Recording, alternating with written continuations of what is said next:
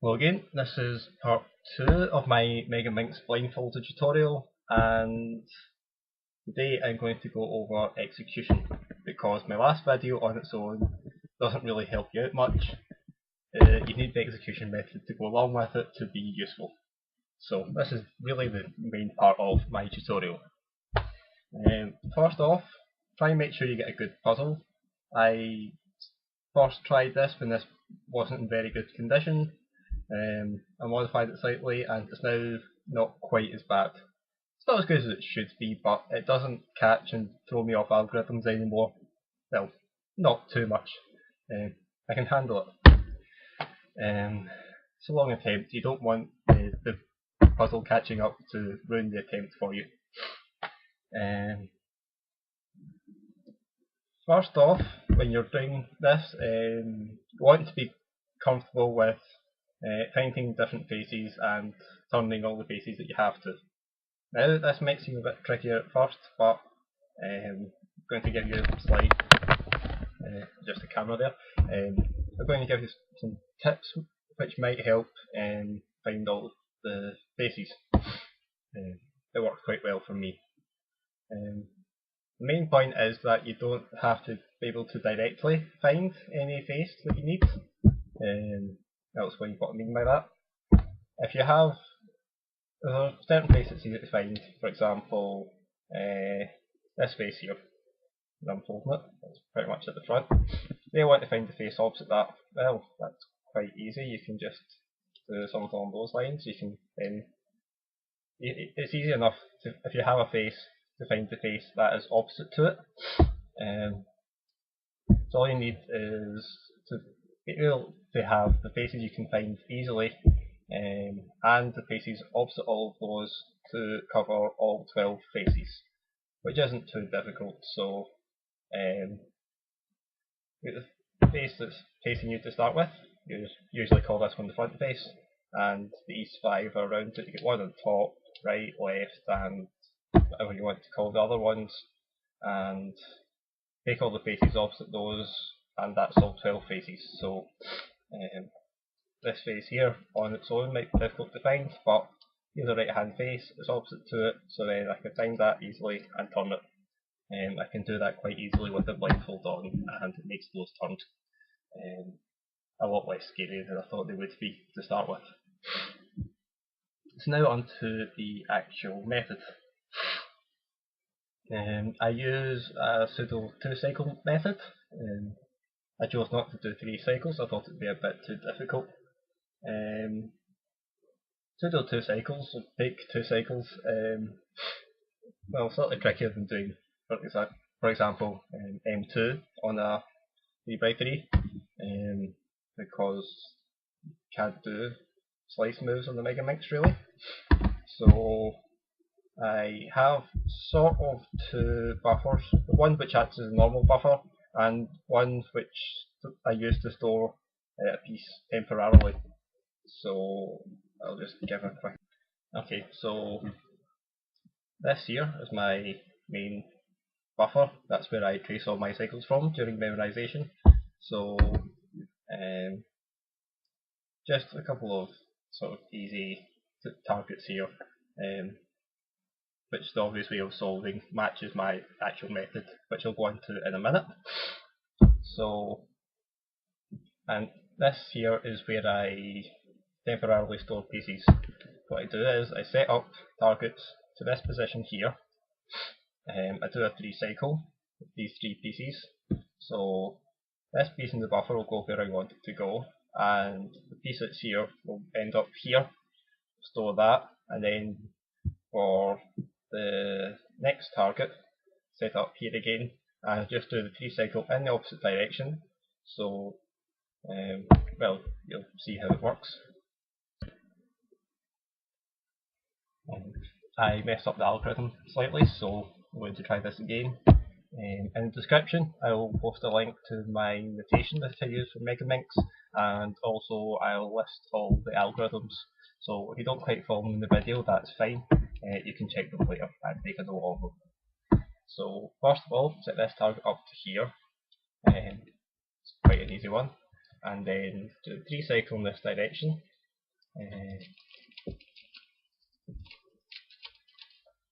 And undo that setup move. So this target's solved.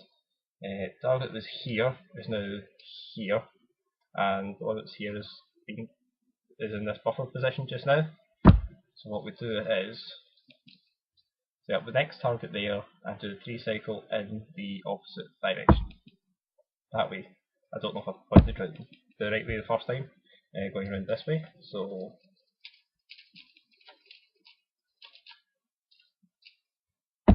and that's this idea of how it works. I do the same system basically for corners. Obviously there's some special cases if you're trying to solve this piece here. For me it's the orange blue one, but I'll go into them later. So now on to my actual setups, which is the main thing here. First of all, I'm going to go through these faces here for edges, and then these faces here, then the ones on the bottom, and then anything in this layer because that's slightly trickier.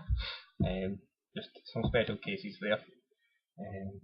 I'd also say that I'm first going to go through the method for setups that I currently use. I'm going to then go through 2 other methods which I think are equally good, but I just don't prefer them, although one of them, well, my method that I normally use doesn't work on gigaminks, which I might try blindfolded, and one of the other, well, both of the other ones do, and I'll show you which one I will use when if and when I attempt gigaminks blindfolded. So, target on one of these 5 faces here, and not one at the top because we're leaving them for now, they're a bit too complicated to start with. So basically I start by doing a wide turn like so and bring the target onto this front face here. So say that's my target here, I would turn like that so that this target is now on this front face. Okay, so this is where it comes in handy to have an order to these faces, because the first letter in your memorization for the target will tell you what face it's on, and you can just use that to know the first move of the setup. You just bring it onto this face here, which is quite simple. Then I'll turn this front face to bring the target into this position here. Something like, something turn of that face, and then do a single move at the end to bring it into here, which is where I set up to and do the 3 cycle, which is easy enough.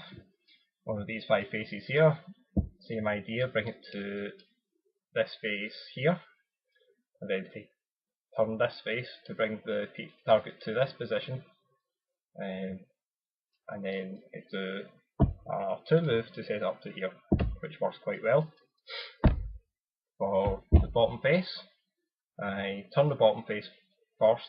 This is slightly different to these ones. I turn this bottom face to get the target to this position here, which is the first position in that face when I'm using it, and then I do on that face twice to bring it onto this front face, and then just continue as if I'd set it up to this front face some other way, or if it was a target in the front face. So bring it to this position and then up there, and that covers most of the setups for the edge pieces. For one of these 3 targets here, well, this one's easy. This one's just, the front face is always easy, just bring it to there, turn it up. For one of these 2, what I do is I just turn this face first to bring it to the right place on the face, so that when I do the D turn it's sitting here and I can just do the 1 move set up to there. And the same idea in this face, I would just do that turn first and then the wide turn.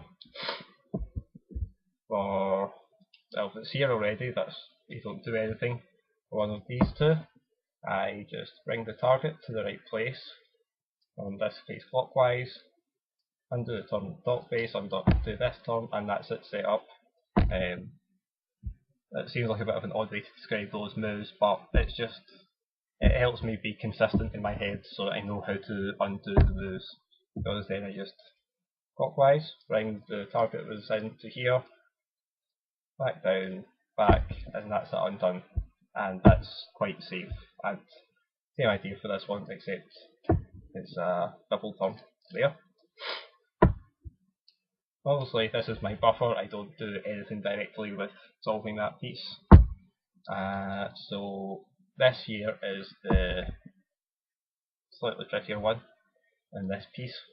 If it's this position right here, this sticker on the top face, then we just do a direct recycle to solve a target next to it. So if well, all the targets are sort of paired off anyway because you're doing the cycle forwards and then backwards. So if this thing here is one of the stickers in that pair, then you just solve the other one in the pair, bringing it here and solving directly. If it's this sticker here, then you sort of treat it as if it's here and flip the pieces accordingly. I'll give you a quick demonstration of that, just to say that this is our target for convenience. First target's here, and this one is the second target. So you just pretend you're shooting to here, and then afterwards you will flip these two pieces. I'll give you an algorithm for that, I'll show you in a second.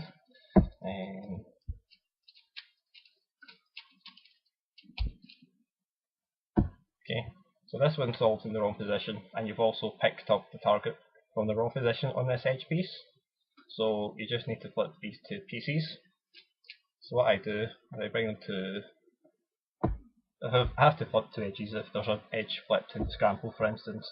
I bring them to, well, set up one to here and flip them. In this case, because it's the special case of this target, I need to do the double turn to set them up to here. And then I do this algorithm.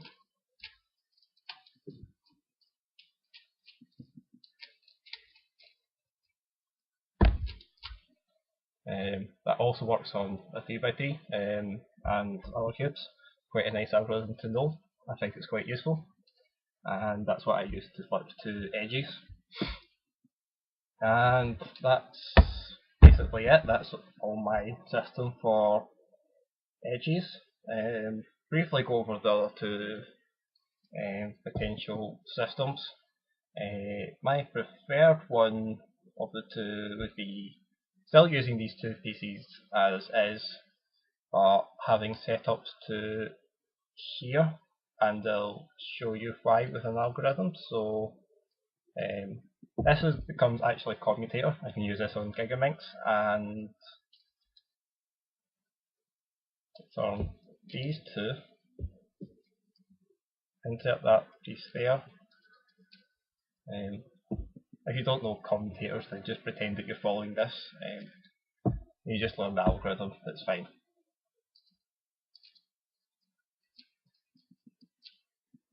So that's relatively easy to recycle there and that piece. And this target here is quite easy to set up to as well. You can do a slightly different algorithm or different buffers to give you a slightly different algorithm for this. You might find another setup slightly easier. For these faces you just bring the target to this face, turn it so it's here. For these ones you bring it to this target, do a turn to make it go there. It's in the bottom face, you can turn it to this position here and set it up directly to this target. It should be relatively easy to figure out the setups for that now that you've seen how my method works. The alternative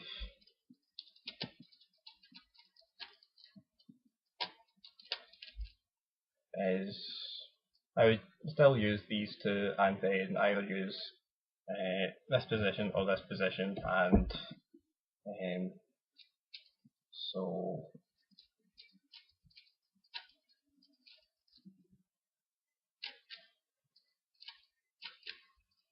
do something like that, which is a similar algorithm, basically the same idea. So I think MikeQA uses something like that for gigaminx. I don't know exactly what he uses, but also the first method I showed you there was the one that I use. The second one is the one I'll use for gigaminx, and the third one is just a different option. There's different variations on these, obviously. Pick something that you find comfortable and go with that. And in the first video I'd mentioned how maybe don't finalise your memo scheme until you've decided on execution, until you've watched this video. That's because, well, it's not overly important, it's just you can build your build your memo scheme, how you letter each phase, depending on whereabouts you set pieces up to in that phase for the setups. You might want to have the first position on each phase where you aim to get the target before doing the setup move. Maybe you find that easier, or you just start at the top and work clockwise and just learn which position you need to move it to. Either work, it's your decision. Just pick which one you prefer. Now for the corner pieces. Again, two different options here. The one I use, and then second option is maybe actually slightly easier. I did consider switching, but I'd already went with my first method and I was comfortable with it, so I decided just to stick with it. Same idea as buffer and sort of helper buffer, place to store pieces as the edges. So just an idea of the algorithms I use. Setups for this are slightly more difficult for this method. For the second method they're probably a little easier. So first target is here, second target is here. For this phase, the simplest brain dead method is just to pick a certain target place here to set up to, such as this sticker position, turn it into the top face, and then my preferred method would be to use this piece here to store pieces. The alternative is just to use something that touches this one and do CPLLs. If you can already solve megaBLD, you'll know how to do CPLL, that's quite easy. For my method I just rotate and do a relatively easy 8 move cob here.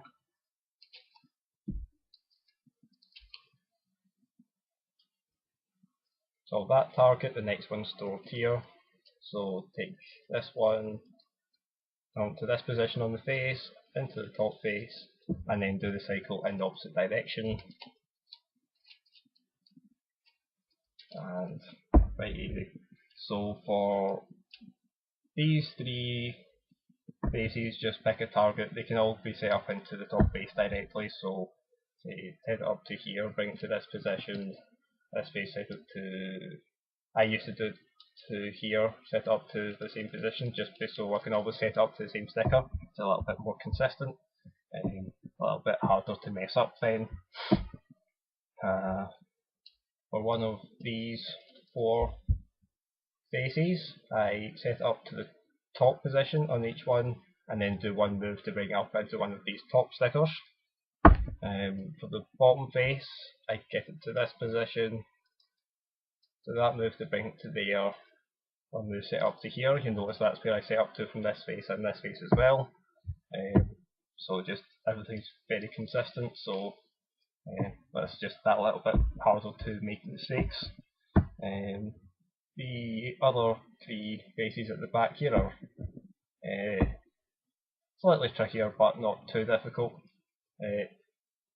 These 2 faces are sort of the same, just mirrors, so go for this face. So that one we can ignore because that's the buffer. One of these 2 can just be set up in the top face directly. This position here, I do that move. You might find that a little awkward, maybe that's a good reason to go with the CPLL approach. and well, you can just do slightly different commutators if you get a target here. So if it's this target, you solve it directly using 3 cycles, similar to if you get that target there for edges. If it's this one, you just do the mirror insert like that instead. I get that one, I can just do triple sexy to put this sticker into here. That's what I use. And the last one is these targets on this back face. Again, mirror images, will just go for these two, and do one move to bring them onto this face, and then just set them up as if they started in this face. The alternative approach is the CPLL one, so ignore targets in the top face for now. Keep one of the targets in these 5 faces, not the top layer.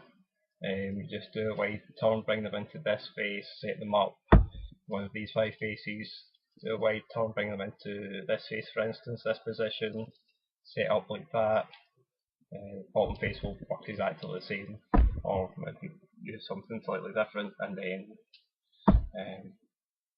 well, I don't know exactly what you would do for these ones.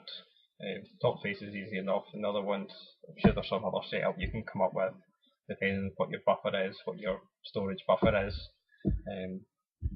With any tips for this at all, you can try asking me, and I can have a think about it, but I don't use it, so I don't know, I don't have all the details figured out. I don't I used to not use any sort of twisting algorithms for the corners. Say I had that at the end of the solve to do. I used to not use an algorithm for this, just shoot to 2 different targets, so shoot to there, that's the corner twisted. You're doing it with pseudo 2 cycles, not 3 cycles, so that's easy enough to do. Now I do use an algorithm, but it's basically just just shooting to 2 targets, but I just set it up to here. I have a certain way of doing it, so going anti-clockwise. So like turn like that, move it to there, and then do the cycle in the opposite direction. And that's it, twisted for clockwise in the other direction, and this will all be in the description anyway. So yeah, that is my system. You don't have to do any of these exactly, just pick up on the ideas of them, of the easy setups, follow something along the lines of what I described, and you should have a relatively easy execution method for megaminx. Obviously it's still possible to make mistakes. I make silly mistakes all the time. Everyone does, I think. But it makes it a little bit more difficult to make mistakes if you have a nice, easy, ready brain dead method, which I've shown is reasonably possible actually. And yeah, let's see, anything else? Yeah, just one last thing to mention here about parity. There is no parity. All permutations of edges and corners separately on this are always even. You'll have an even number of edge targets and an even number of corner targets. No parity to worry about. If you do get an odd number of targets, you've made a mistake somewhere, go back and fix it. I've done that before. It's very awkward.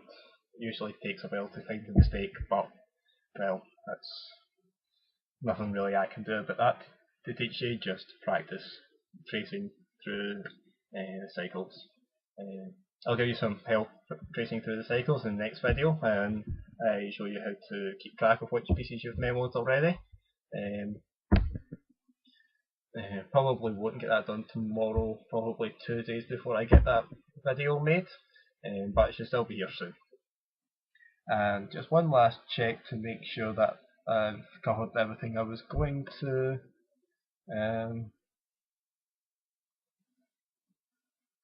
Yeah, I think that's everything. So yeah, thanks again for watching. I hope this has been quite helpful.